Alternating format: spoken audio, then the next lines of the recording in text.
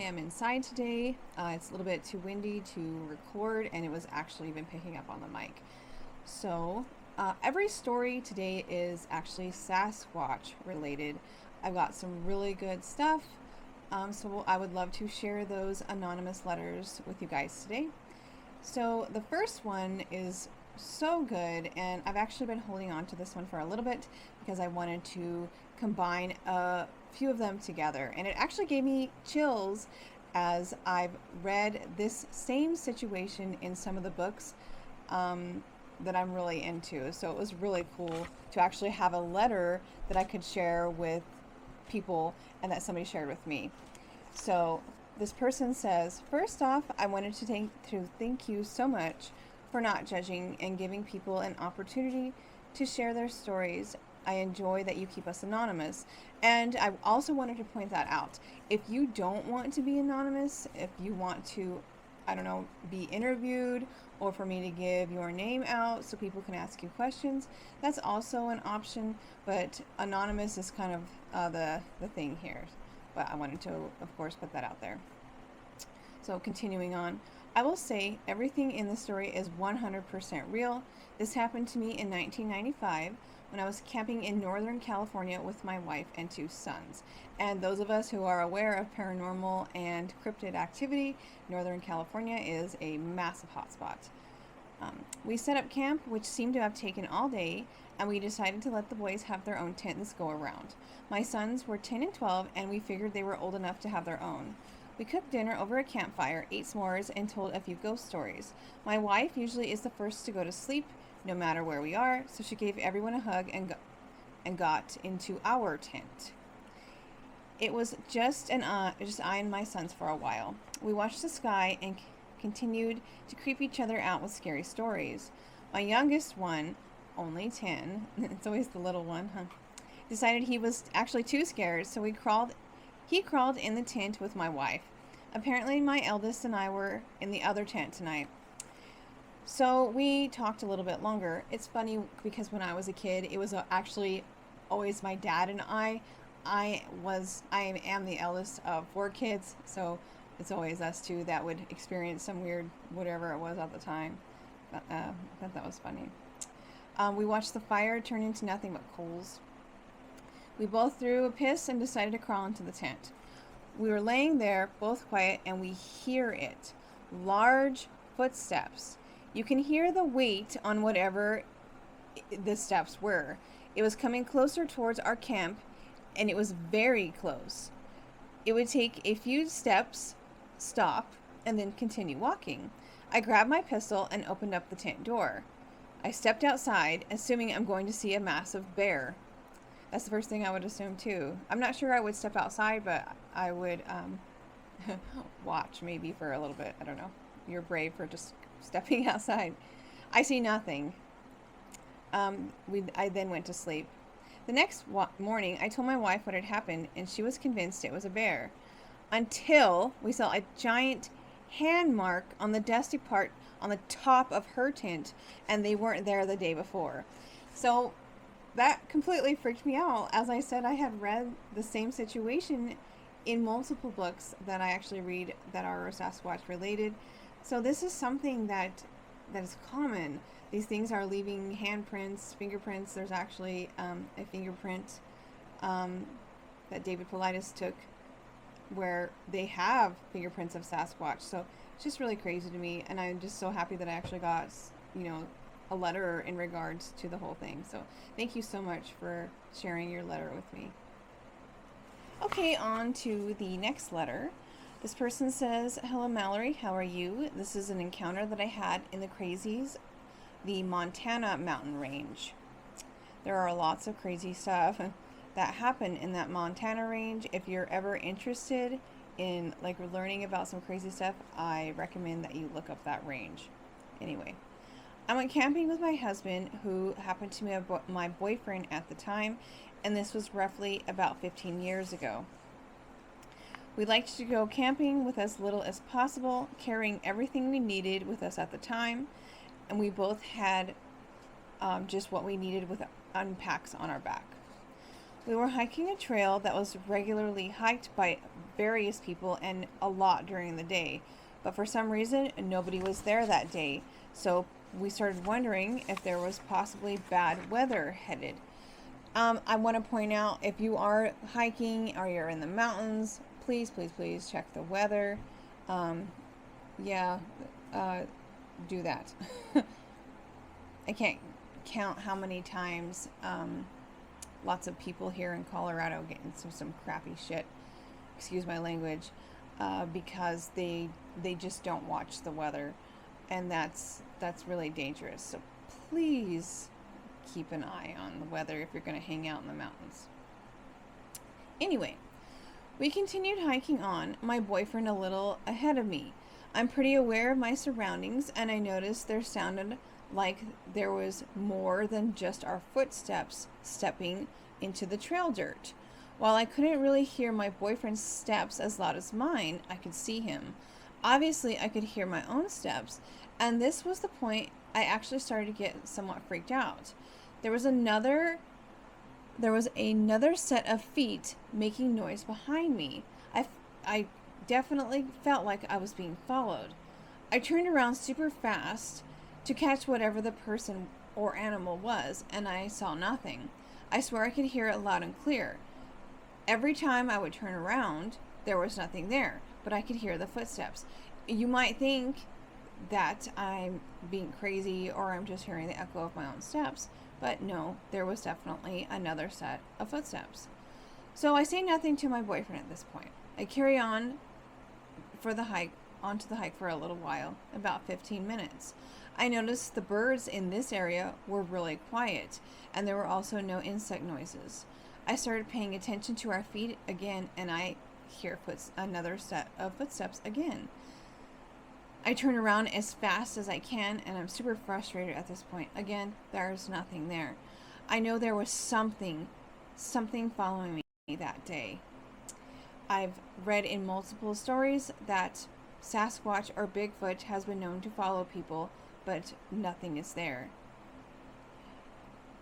So that was that letter. There are multiple stories of Sasquatch following people, and I even read in various books where they throw things at people too, so I guess at least that didn't happen to.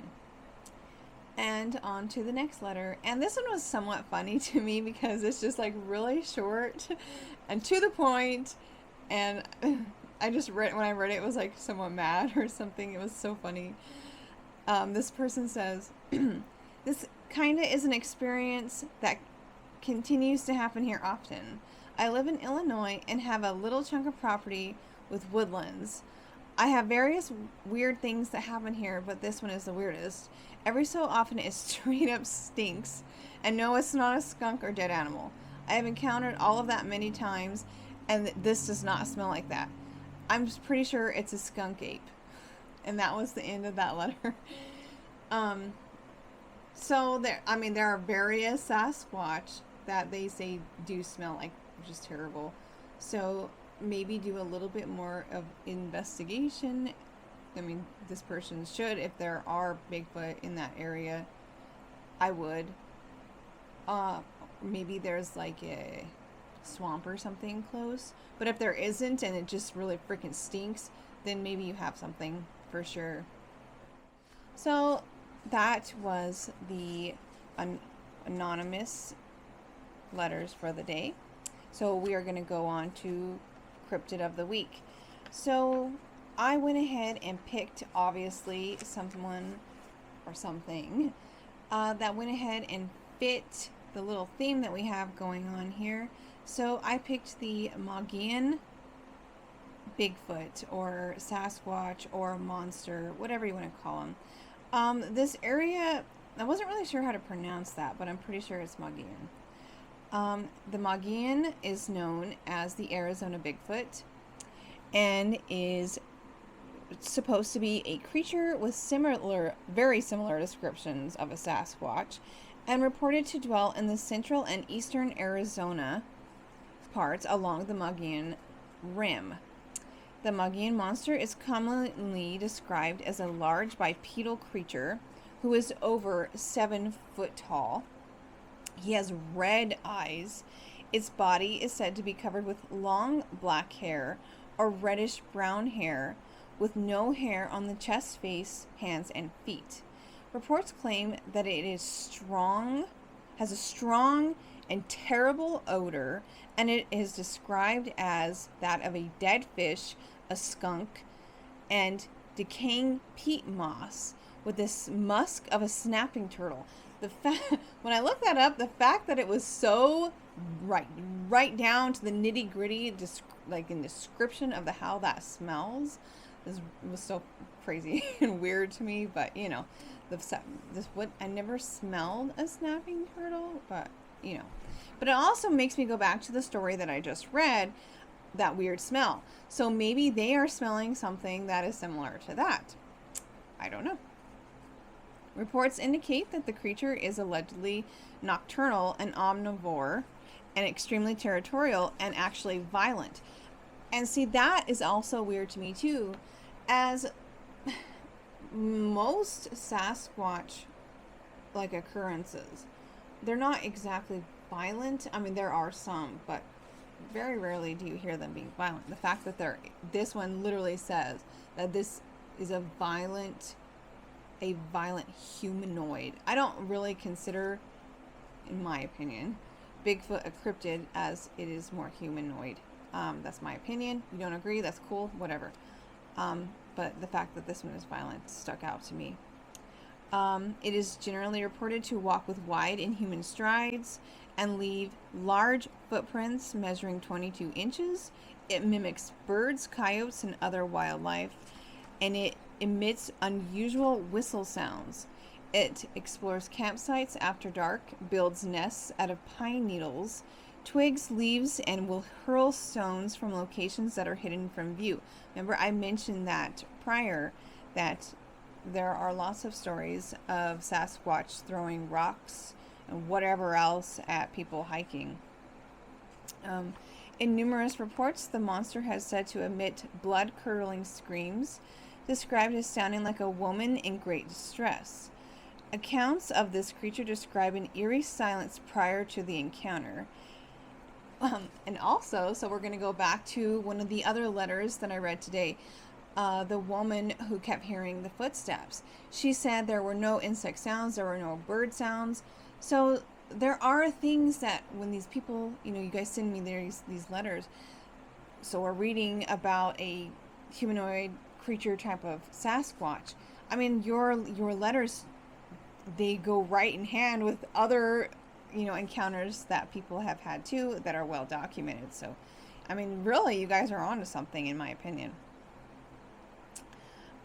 Let's see. So an eerie silence prior to the encounter, and an appreciable stillness in the woods that commonly surrounds predatory animals. The oldest known reported sighting was in 1903 of the Arizona Republican, in which I.W. Stevens described a creature seen near the Grand Canyon as having long white hair and a matted beard that reached his knees. It wore no clothing upon his talon-like fingers, and they were claws that were at least 2 inches long. Upon further inspection, he noted a coat of gray hair covering his body, and here there was a spot of dirty skin showing. He later stated that he discovered the creature drinking the blood of 2 cougars, which is freaking crazy to me. So it's strong enough to take out 2 cougars. It threatened him with a violent and wild scream that was unearthly. So I now am going to bring up in a story, or like a tale that's known in my area. So long ago, my grandpa told me of the wild man of the Arkansas River, and I was a child, and I actually wrote a little book about it. But the odd thing about that situation is the wild man of the Arkansas River was described exactly like this man. He was naked, he had a long beard, he had super crazy long fingernails. He had very little skin showing. He was mostly hairy. He ate some crazy things.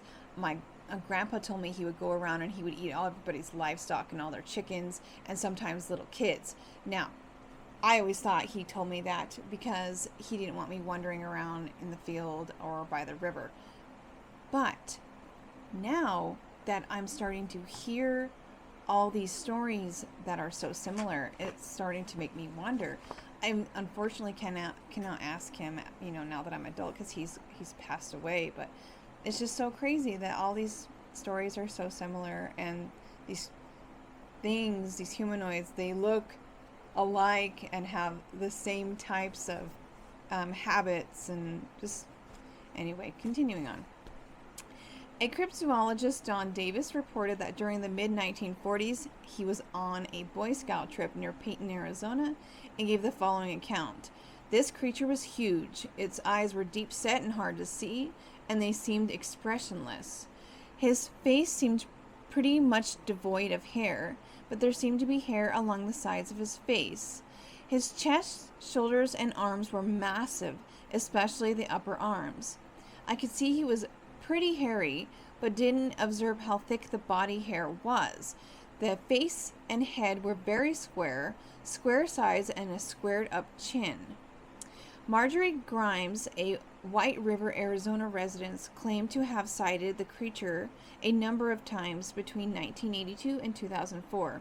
She described the creature as black, tall, and walking in big strides. Also, a number of people on the Fort Apache Native American Reservation have claimed to see this creature various times.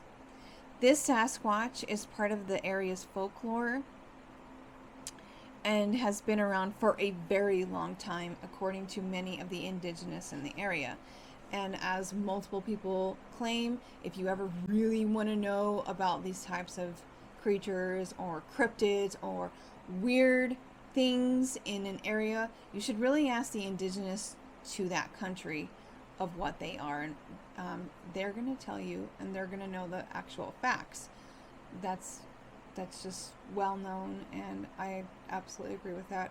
So thank you for watching my YouTube video today. I hope you enjoyed it.